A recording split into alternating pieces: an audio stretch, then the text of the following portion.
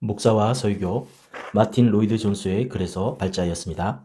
42년간의 목회 경력 중 나의 주요 임무는 설교하는 일이었습니다. 물론 그 기간 동안 전적으로 설교만 한 것은 아니었지만 그래도 설교하는 것이 가장 큰 일이었습니다. 설교 사역이란 내게 있어서 어떠한 소명보다도 가장 높고 위대하고 영광스러운 소명이라는 점입니다. 기독교의 살을 아무리 건성으로 읽는다 해도 설교가 교회 생활, 특히 프로테스탄트의 경우에 중추적이고 우선적인 위치에 차지하고 있었다는 것을 반드시 알게 될 것입니다. 성경의 권위에 대한 신뢰심이 없으면 설교할 수 없습니다. 위대한 설교는 위대한 주제에 달려있기 마련입니다. 성경을 권위 있는 하나님의 말씀으로 믿고 그 권위에 입각해서 말하는 동안에 위대한 설교를 할 수 있습니다. 설교가 퇴색해 감에 따라 예배의 의식적 요소가 증가하는 경향이 있습니다. 더욱 나쁜 것은 공적 예배의 흥미본의의 요소가 증가되었다는 것입니다. 교회나 기독교 목사의 제일 첫 번째 임무는 하나님의 말씀을 전하는 것입니다. 이외의 모든 것은 후차적인 것입니다. 만일 우리가 말씀을 제쳐놓고 공개를 일삼는다면 우리의 임무를 다하지 못할 것입니다. 우리는 기도하는 것과 말씀 전하는 일에 전무해야 합니다. 교회사를 살펴보면 세태기에 빠진 시대는 언제나 말씀 전하는 것이 감퇴되어 있었다는 사실이 명백하지 않습니까? 종교개혁이나 부흥의 여명을 알리는 것은 언제나 어떠한 것입니까? 그것은 말씀 전하는 것을 새롭게 하는 것입니다. 참된 말씀의 전파는 언제나 교회 역사상 위대한 부흥 운동을 가져왔습니다. 루터, 칼빈, 낙스, 레티머, 리들리 등 모든 이들은 위대한 말씀 증거자였습니다. 17세기 위대한 청교도 전도자들과 그 외의 사람들의 경우에서도 마찬가지입니다. 18세기에 들어와서 조나단 에드워즈, 휘필드, 웨슬리 형제, 로우랜드 해리스, 이들 모든 사람들은 위대한 말씀 전파자들이었습니다. 이 시대는 위대한 말씀 전파의 시대였습니다. 개혁과 부흥이 있을 때마다 이것은 항시 피할 수 없는 결론이었습니다. 어떤 사람은 설교를 좀 덜하고 대인적인 일과 상담, 대화하는 데 더 많은 시간을 할애해야 한다고 맹렬하게 주장합니다. 이 주장에 대한 나의 태도는 여전히 설교를 최우선에 놓아야 한다는 것입니다. 그 이유는 참된 설교는 개인적인 문제를 반드시 해결하며 그럼으로써 그만큼 설교자의 시간을 많이 절약할 수 있다는 것입니다. 강단에서의 말씀 선포는 성령에 의해 설교를 듣는 사람들에게 적용되는 내가 설교가 끝나기 전까지는 전혀 알 수 없는 개인적인 문제들을 해결하는 수단이 되었습니다. 예배가 끝나면 사람들이 내게 와서 목사님 설교 감사했습니다. 저는 종종 내 고민거리를 가지고 목사님께 갈까 했지요. 그러나 지금 목사님은 제가 그렇게 하지 않았는데도 그 문제에 대한 해답을 주셨어요. 라고 말하곤 합니다. 그 설교는 개인적인 문제들을 이미 해결한 것입니다. 내 말을 오해하지 마십시오. 그렇다고 해서 설교자가 개인적인 문제를 절대로 다루지 말아야 한다는 것은 아닙니다. 그러나 설교는 언제고 맨 앞에 서야 하며 어떤 것에도 자리를 빼앗겨서는 안 된다는 것만은 강력히 주장합니다. 만일 모든 이들의 문제를 하나하나 알아야 한다면 목회자의 생활은 불가능할 것이며 그렇게 할 수도 없습니다. 그러나 한 설교로서 한꺼번에 아주 많은 문제들을 해결할 수 있는 것입니다. 내가 말하는 취지는 개인 상담이나 그 외의 모든 활동은 설교를 보좌하는 수단이지 설교보다 앞선 것이 아니라는 것입니다. 나는 참된 설교가 있을 때 사람들이 몰려와 그것에 귀를 기울일 것이라고 주장합니다. 반드시 설교단에 선 사람은 거기서 하나님의 메시지, 곧 하나님으로부터 나오는 말씀을 전하는 사람이어야 합니다. 그는 그리스도의 사신입니다. 그는 보냄을 받았으며 임명받은 사람이요. 그가 강단에 서 있는 것은 하나님과 그리스도의 대변자로서 거기 참석한 사람들에게 말씀을 전하기 위함입니다. 나는 수년 전에 나의 산상설교를 설교 형식으로 취하여 책으로 출판했습니다. 영국에서 아주 잘 알려진 평신도 한 사람이 나에게 다음과 같이 말해주었습니다. 나는 목사님의 이 산상설교 연구에 대해 좋아합니다. 왜냐하면 목사님의 산상설교 강의는 나에게 무언가를 말해주고 있기 때문입니다. 나는 학식 있는 목사들과 교수들로부터 많은 책을 추천받았습니다. 그러나 내가 이들 책에 대한 느낀 것은 그것은 언제나 자기들끼리만 아는 소리였지 나에게는 무언가를 말해주지 않았습니다. 그러나 목사님의 것은 나에게 무언가를 말해줍니다. 집회에 오는 사람들은 생의 한가운데 있는 환경과 문제의 어려움과 시험거리들을 가지고 다가오는 것입니다. 설교자의 임무란 그 점을 기억하는 것뿐 아니라 그 점을 향해 설교하는 것입니다. 설교단에서 그는 살아있는 인격들, 궁핍과 고통에 빠져있는 사람들을 다루는 것입니다. 그들은 때로 자기들의 궁핍과 고통에 빠져있다는 것을 의식하지 못합니다. 설교자는 그들로 하여금 자기들이 궁핍하여 고통 가운데 있다는 것을 깨닫게 합니다. 그런 다음 그 문제를 다루는 것입니다. 그것이 바로 살아있는 해결입니다. 설교는 결심할 수 있는 지점까지 우리를 이끌어갑니다. 그리고 그런 식으로 해서 우리의 이전 생활이 잘못되었다고 느껴 다음과 같이 말하도록 하는 것입니다. 나는 결코 원점으로 돌아갈 수 없다. 또한 내가 전에 했던 그대로 살 수 없어. 이 설교는 나에게 무언가를 해결해 주었고 무언가 진보가 있게 했다. 나는 이 설교를 들은 결과 다른 사람이 되었어. 라고. 설교란 듣는 이가 감복하게 되어 이 설교자를 통해서 하나님께서 자기를 다루시고 계시며 자기에게 말씀하신다는 것을 알게 하는 것입니다. 무엇인가 그 설교를 듣는 자 안에서 일어나고 무엇인가 체험되며 그렇게 되어 설교가 전생에 영향을 미치게 되는 것입니다. 나는 설교의 두 가지 요소를 구분지어야 한다고 믿습니다. 첫째로 설교 내용, 두 번째로 설교 행위입니다. 로우랜드로부터는 언제나 확실한 훌륭한 설교 내용을 들을 수 있지만 휘피드로부터는 언제나 그렇지는 않다는 것입니다. 초라한 설교 내용을 가졌음에도 훌륭한 설교를 들을 수 있습니다. 그것은 정말 가능합니다.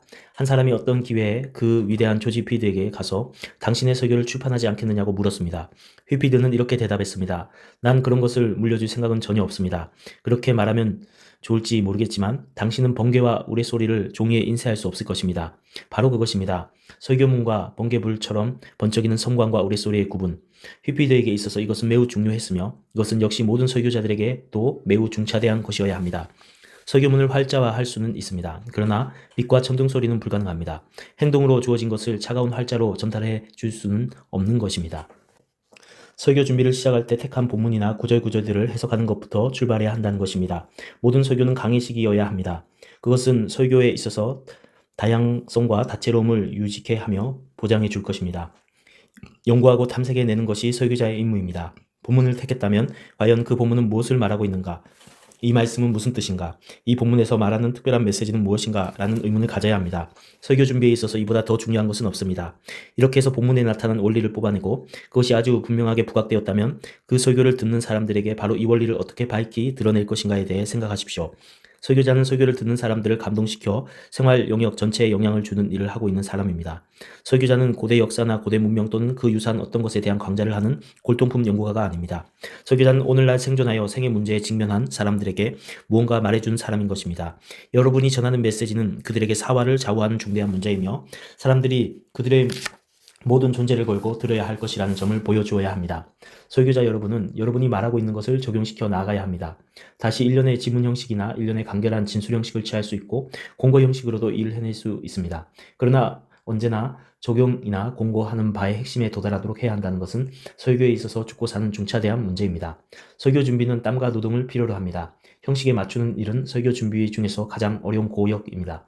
하지만 그것은 또한 가장 놀랍고 영광스러운 작업입니다. 때로 그것은 너무 힘들고 기진해서 어렵다고 포기하고 싶은 때가 있습니다. 그러나 마침내 설교를 했을 때 그것은 땅 위에서 사는 사람들이 겪는 것 중에 가장 감동적인 체험이 될 것이라고 합니다. 그렇습니다. 설교자는 반드시 설교 준비부터 해야 합니다.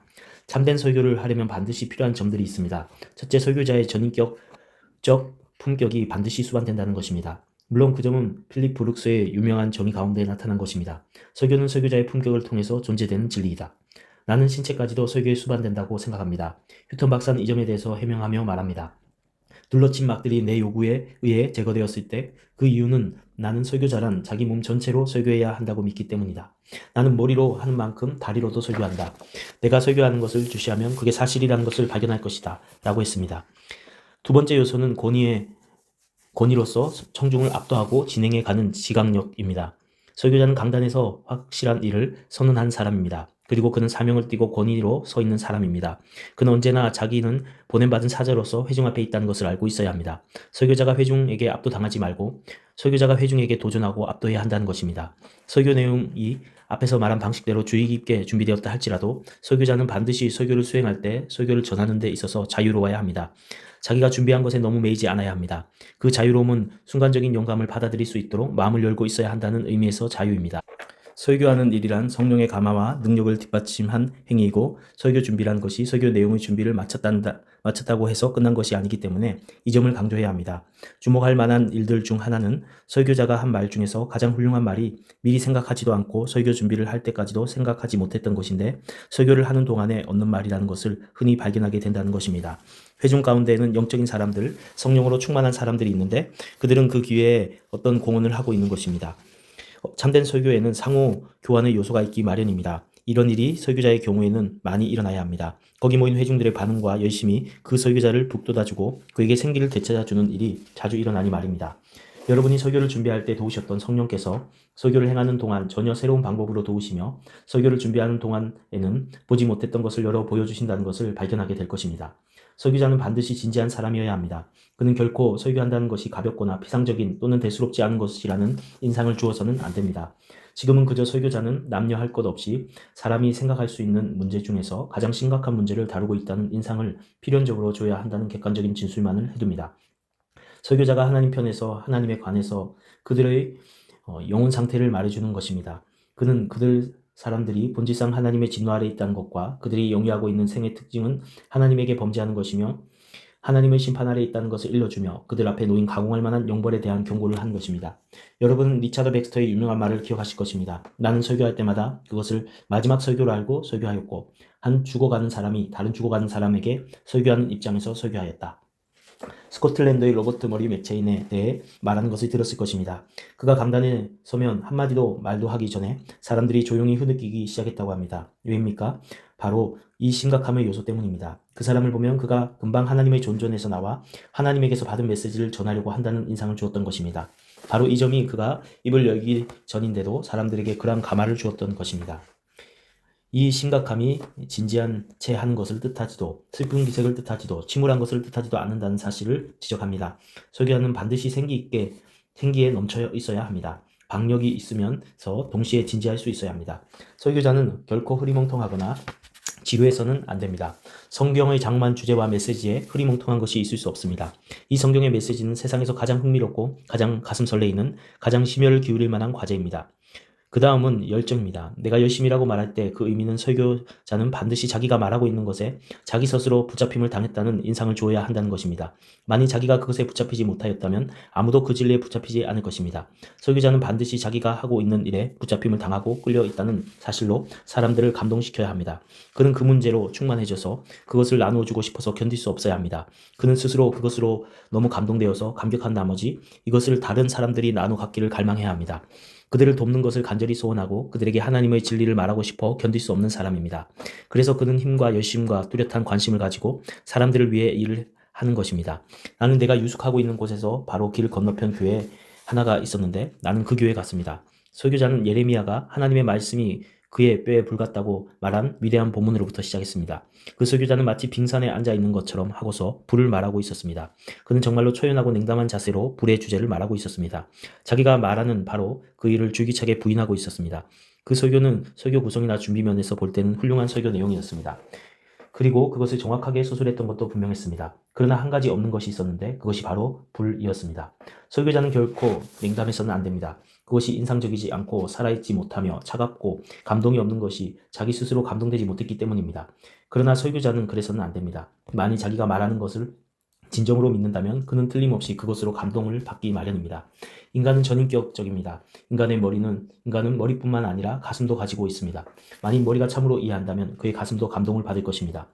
휘피드가 설교하고 있을 때면 눈물이 그의 얼굴에 거의 흘러넘치는 것 같았습니다. 그의 음성, 그의 태도, 그의 모든 접근 방식에서 풍겨나오는 것이었습니다. 18세기 위대한 배우 데이빗 캐릿은 휘피드가 행한 대로 메소포타미아란 말을 발음할 수 있기를 원한다고까지 말했습니다. 또한 그는 오라는 말을 휘피드가 했던 것 같이 꽃같은 정념으로 말할 수 있기만 한다면 백기니를 기꺼이 주겠노라고 말했습니다. 휘피드의 정념 속에 그렇게 될 수밖에 없었던 것은 하나님의 사랑이 한 사람의 가슴 속에 부어질 때 그것은 엄연한 현실이 됩니다. 이 정념과 감격의 요소는 내게 있어서 아주 사활적으로 중대한 것입니다. 그리스도 예수 안에 있는 하나님의 사랑을 진정으로 이해한 다음에 아무런 감정도 느끼지 않을 수 있습니까? 나는 오늘날 많은 사람들이 감정이나 감정주의에 지나치게 반동한 나머지 결국 실제로 진리를 부인하는 자리로 자신들을 끌어넣는 것 같이 느껴집니다. 예수 그리스도의 복음은 전인을 고른합니다. 참된 설교는 하나님께서 역사하십니다. 설교는 사람이 짓거려 되는 것이 아닙니다. 그것은 하나님께서 사람을 사용하시는 것입니다. 설교자는 하나님의 쓰임을 받습니다. 그는 성령의 세력 아래 있습니다.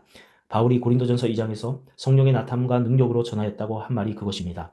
데살로니가전서 1장 5절에서 우리의 복음이 말로만 너희에게 이른 것이 아니라 오직 능력과 성령과 큰 확신으로 된 것이니 라고 되어 있습니다. 설교자의 작은 설교 내용이 높이 들려지고 설교자는 비상한 방법으로 이런 특별한 감격과 권위를 부여받게 되는 것입니다. 설교 내용과 설교 내용을 전하는 행위, 이 두 가지가 다른 것이며 참된 설교는 이 두 가지의 것을 조합한 것을 의미합니다. 웨이즈에 내가 잘 아는 나이 많은 신학자 한 분이 있었습니다. 그는 매우 유능한 노인이고 훌륭한 신학자였습니다. 그는 매우 예리한 비평가였습니다. 어느 기회에 그는 두 사람이 강사로 되어 있는 어느 집회의 마지막 시간에 참석한 적이 있습니다. 두 사람 다 신학 교수들이었습니다.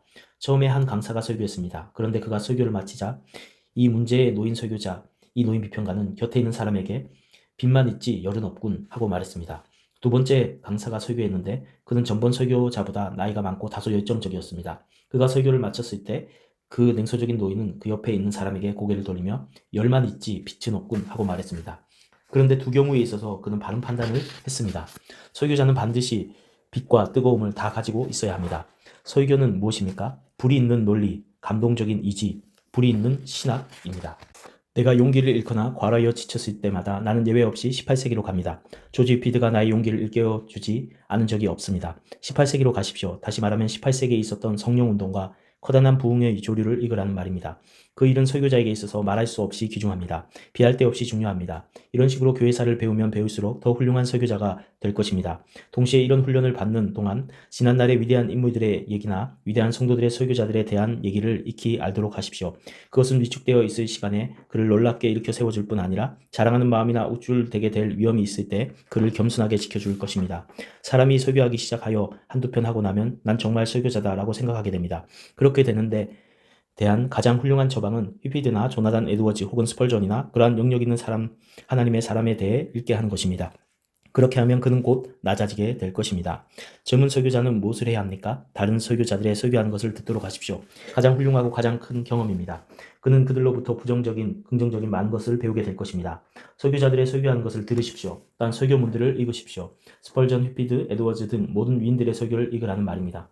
그 사람들은 스스로 청교도들의 설교를 읽어서 그 청교도들로부터 크게 도움을 입었던 사람들입니다. 문제는 하나님의 사랑이요, 영혼에 대한 사랑이요, 진리에 대한 알미요, 여러분 안에 계신 성령이십니다. 이것이 설교자를 만드는 것입니다. 만일 설교자가 그의 가슴 속에 하나님의 사랑을 가지고 있다면, 그가 하나님을 위한 사랑을 가지고 있다면, 그가 진리를 안다면, 그 안에 성령을 모시고 있다면 그 사람은 설교할 것입니다.